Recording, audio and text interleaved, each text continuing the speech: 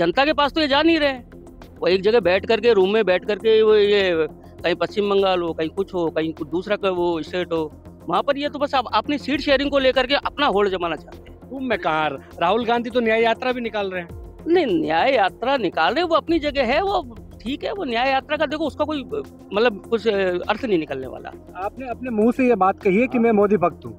हाँ है ना, तो क्या दिक्कत है उसमें? मुझे 3 काम बताइए जो जयपुर शहर सांसद ने करवाए, उनको आप पसंद करते हो, जो जिन 3 कामों को पसंद करते किस मामले में? मत दूसरी पार्टियां जो इनकी अलायंस में है, कम से कम टक्कर तो दे पाए। टक्कर तो दे ही नहीं पाएंगे। मोदी जी को टक्कर नहीं देने वाला है ही नहीं। मंदिर बन रहे, आप ये देखो, ये तो अरब में मंदिर बनाए जा रहे हैं। अरब में उस आदमी की इतनी, मतलब हमारे प्रधानमंत्री जी की इतनी वो है स्वच्छ छवि। तो आप सोचो, वो देश के लिए तीसरी वो बनने वाली है इकोनॉमिक, उसमें हमारा देश आने वाले टाइम में। तो मोदी है तो सब कुछ मुमकिन है। लोकसभा चुनाव की बिसात बिछ चुकी है, राजनीतिक पार्टियों ने कमर कस ली है। ऐसे में आम जनता का क्या मूड है? क्या काम के नाम पर वोट पड़ेगा या फिर राम के नाम पर? क्या लहर है या नहीं? किसकी पार्टी की सरकार बनेगी, आम जनता से ही जानते हैं। इस समय हम जयपुर के शहर लोकसभा सीट है जयपुर शहर की, उस सीट पर मौजूद है जहां पर जयपुराइट्स आपको दिखाई दे रहे हैं। एक पार्ट में चौपाल बिछाई है और चौपाल से ही जानते हैं। पहले हमें पंडित जी दिख रहे हैं क्योंकि आजकल राम नाम ज्यादा चल रहा है। क्या लगता है कि राम नाम का असर लोकसभा चुनाव में दिखेगा? बिल्कुल दिखेगा, राम नाम का तो दिखेगा दिखेगा। जो राम को लाया है हम उसी को लाएंगे। हमारे लिए मोदी जी ही आएंगे। क्योंकि कई मुद्दे हैं जो कहीं ना कहीं लगता है कि कांग्रेस बोल रही है कि राम सिर्फ बीजेपी के थोड़ी है। बीजेपी के भले ही ना हो, इतने साल पहले क्यों कहाँ चले गए थे जब कांग्रेस वाले राम को क्यों नहीं लाए? लेकिन वो बोल रहे हैं कि राम मंदिर का जो लोक है वो राजीव गांधी ने खुलवाया था। कभी झूठ बोल रहे हैं वो लोग। तो बीजेपी इस मुद्दे को भुना पाई। बिल्कुल, हमारे सामने तो जो आंखों के सामने है, हम तो उसी को ही मानेंगे ना। आप किस तरह से देखते हो इस बार के लोकसभा चुनाव को?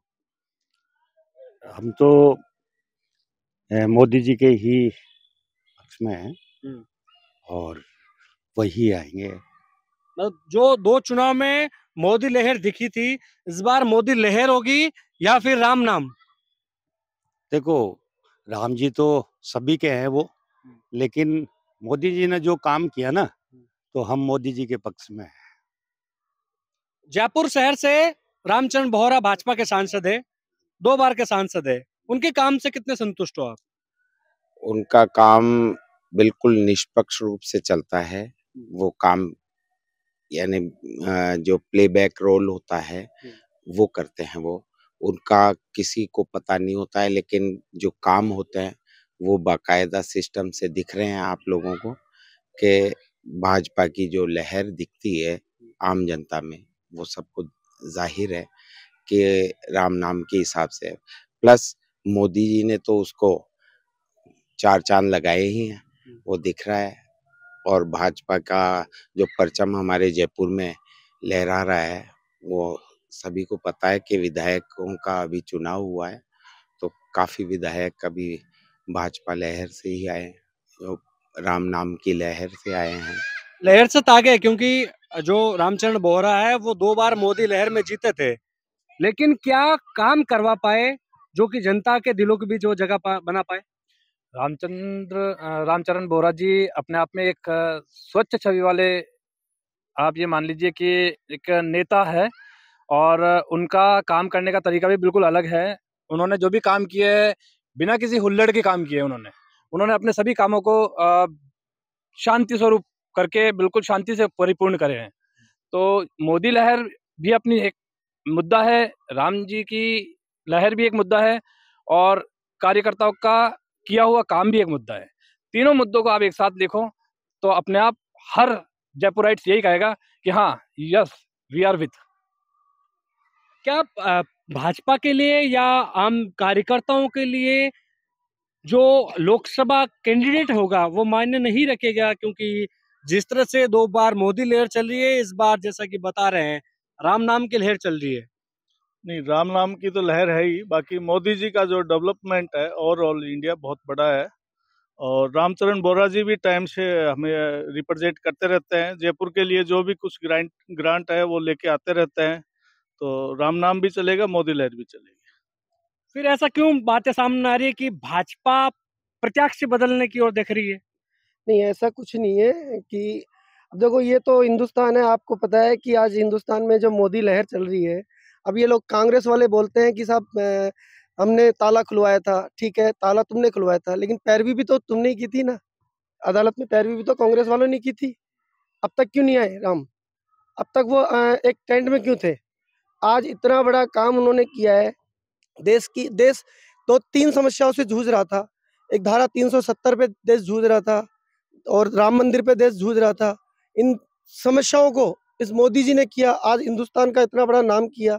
और फिर रही बात सांसदों की, तो सांसदों तो जितना उनको काम मिलता है उतना वो करेंगे, ठीक है। लेकिन आज हिंदुस्तान इतना आगे जा रहा है, इतना आगे बढ़ रहा है, और मोदी लहर तो है ही, मोदी लहर तो है ही, लेकिन हम मोदी जी के साथ हैं। लहर का कहर अभी तो बरकरार है। इनसे जान लेते हैं, क्या भाजपा के सामने कांग्रेस या फिर अन्य जो पार्टियों ने इंडिया गठबंधन बनाया है टक्कर नहीं दे पा रही है? क्या वजह है? बिल्कुल कोई टक्कर नहीं होगी, कोई टक्कर नहीं है। उनमें आपस में सीट शेयरिंग को लेकर के ही पूरी बात नहीं हो पा रही है, तो टक्कर दे ही नहीं पाएंगे वो। मतलब कहीं ना कहीं इंडिया अलायंस में जो सीट शेयरिंग को लेकर दूर तक नहीं है, दूर दूर तक नहीं है। अब की बार तो 400 पार ही है, 450। कोई दिक्कत ही नहीं है। कोई रोक ही नहीं सकता इस चीज को, क्योंकि इनके सीट शेयरिंग को लेकर चुनाव नजदीक आ रहे, सीट शेयरिंग को लेकर के वो उसको मना रहा है, वो उसको मना रहा है, वो उसको नहीं, वो वहां चाहता है सीट मेरे को इतनी दो, मेरे को इतनी दो। इसमें कुछ हो ही नहीं पाएगा कभी, ये कर ही नहीं पाएंगे। क्या करना चाहिए ऐसी विपक्षी पार्टियों को, कम से कम टक्कर तो दे पाए? स्वच्छ लोकतंत्र की यही निशानी होगी। आप जनता के बीच में जाओ ना, जनता के बीच में जाओ। आप सीट शेयरिंग को लेकर के बात करो, आप जनता के बीच में जाओ, उनसे उनसे मालूम करो कि जनता क्या चाहती है। जनता के पास तो ये जा नहीं रहे। वो एक जगह बैठ करके, रूम में बैठ करके, वो ये कहीं पश्चिम बंगाल हो, कहीं कुछ हो, कहीं कुछ दूसरा का वो स्टेट हो, वहां पर ये तो बस आप अपनी सीट शेयरिंग को लेकर के अपना होल्ड जमाना चाहते हैं। रूम में कहाँ? राहुल गांधी तो न्याय यात्रा भी निकाल रहे हैं। नहीं, न्याय यात्रा निकाल रहे, वो अपनी जगह है, वो ठीक है। वो न्याय यात्रा का देखो, उसका कोई मतलब कुछ अर्थ नहीं निकलने वाला। न्याय यात्रा तो उन्होंने पिछली बार भी निकाली थी, क्या हुआ उसमें? कुछ नहीं। न्याय यात्रा से कुछ नहीं होता। क्या करना चाहिए कांग्रेस को या विपक्ष को? दूसरी पार्टियां जो इनकी अलायंस में है, कम से कम टक्कर तो दे पाए। टक्कर तो दे ही नहीं पाएंगे। मोदी जी को टक्कर नहीं देने वाला है ही नहीं। मतलब कोई ऐसा चेहरा नहीं है दूसरी पार्टियों के साथ? बिल्कुल नहीं है, कोई भी नहीं है। राजा हो मोदी जैसा। और विपक्ष फिर? विपक्ष कोई है ही नहीं ना। साइकिल टूट गई है, पंजा गायब हो गया है, लालटेन का पता नहीं है। ये न्याय यात्रा किसकी ले रहा है? हमारे में अदालत नहीं है हिंदुस्तान में, किस चीज की न्याय मांग रहा है? इन लोगों ने देश को लूट न्याय किस चीज का मांग रहा है? देश को लूट लूट के खाया है। अब इनकी लूटपाट बंद हो गई, इसलिए ये सब तिल मिला रहे हैं।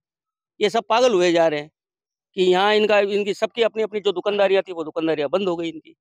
अब मोदी जी एक स्टेट को, एक कंट्री को, आप देखो वर्ल्ड में, देखो आप वर्ल्ड में नाम हो रहा है उनका।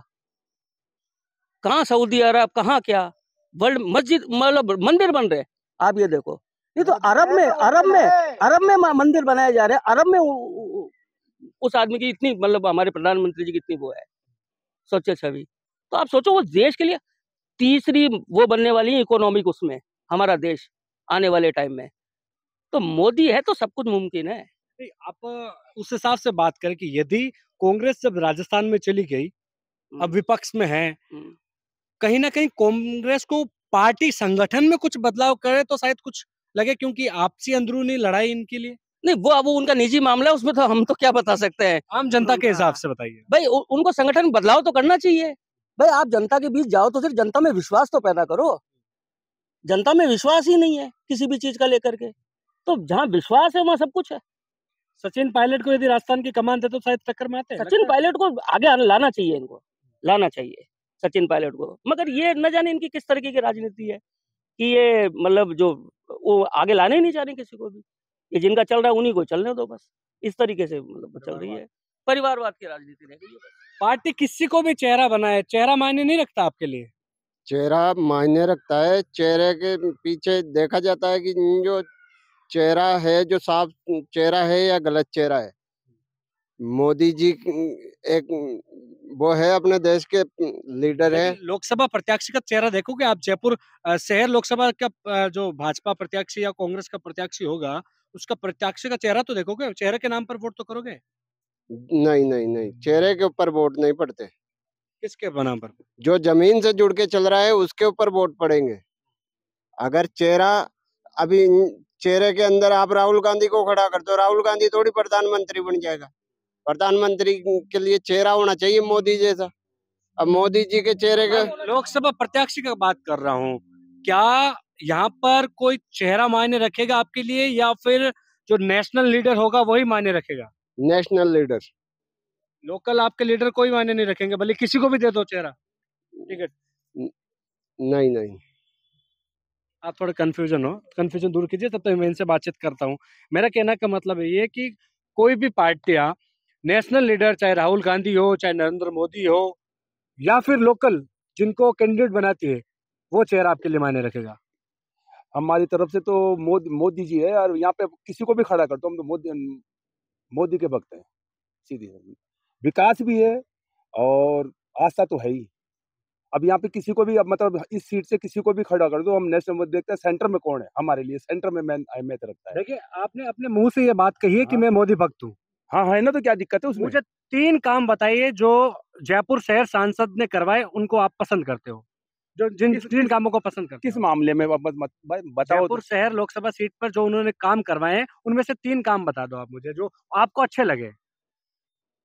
नहीं, कौन से कोई किस मिनिस्टर की बात कर रहे हो, तो आप बताओ भाई, इसकी बात बताऊं। अभी तो बीजेपी तो अभी आई है। सांसद यहाँ पर दूसरी बार के सांसद है वो, ठीक है? 9 साल हो गए लोकसभा सांसद जयपुर शहर के। कौन है सांसद अभी? कौन? रामचरण बोहरा है। बोहरा जी के 3 काम बताओ आप मुझे। भैया उधर का, मैं तो इधर का पता है, मुझे उधर का पता नहीं है। बोहरा जी का जयपुर शहर सांसद है वो। हाँ है, सांसद है, लेकिन शहर के ही हुए वो तो। हाँ है, तो लोकसभा पूरे शहर की है। मुझे तो अपने विवेक विहार का पता है। तो विवेक विहार में भी वो सांसद ही है। उसका पता नहीं। हाँ देखो, उनका पता ठीक है। देखिए, अब मेरे हिसाब से कहीं ना कहीं आपको अपनी लोकसभा के तो ध्यान रखना चाहिए। नहीं, वो सब सही है। हम तो क्या, हमारी मतलब सिविल लाइंस का बता सकते हैं भैया, उसका पता नहीं। मोदी फैक्टर पूरा मोदी फैक्टर काम करेगा। मोदी फैक्टर, चेहरा कोई भी हो, सिर्फ चेहरा एक ही है, मोदी। और आज राहुल गांधी जी कह रहे हैं कि हम न्याय यात्रा निकाल रहे हैं। पहले उन्होंने भारत जोड़ो यात्रा निकाली थी। अब जनता पूछती है उनसे कि भारत टूटा ही कब था जो ये भारत जोड़ो यात्रा कर रहे हैं? भारत टूटा था, इसका मतलब आपने भारत को टुकड़े किए थे भारत के, तो आप भारत आज जोड़ रहे हो। आज वो न्याय यात्रा निकाल रहे हैं, किस बात का न्याय चाहिए उनको? किस बात का न्याय चाहिए? है न्याय आप जनता देख रही है।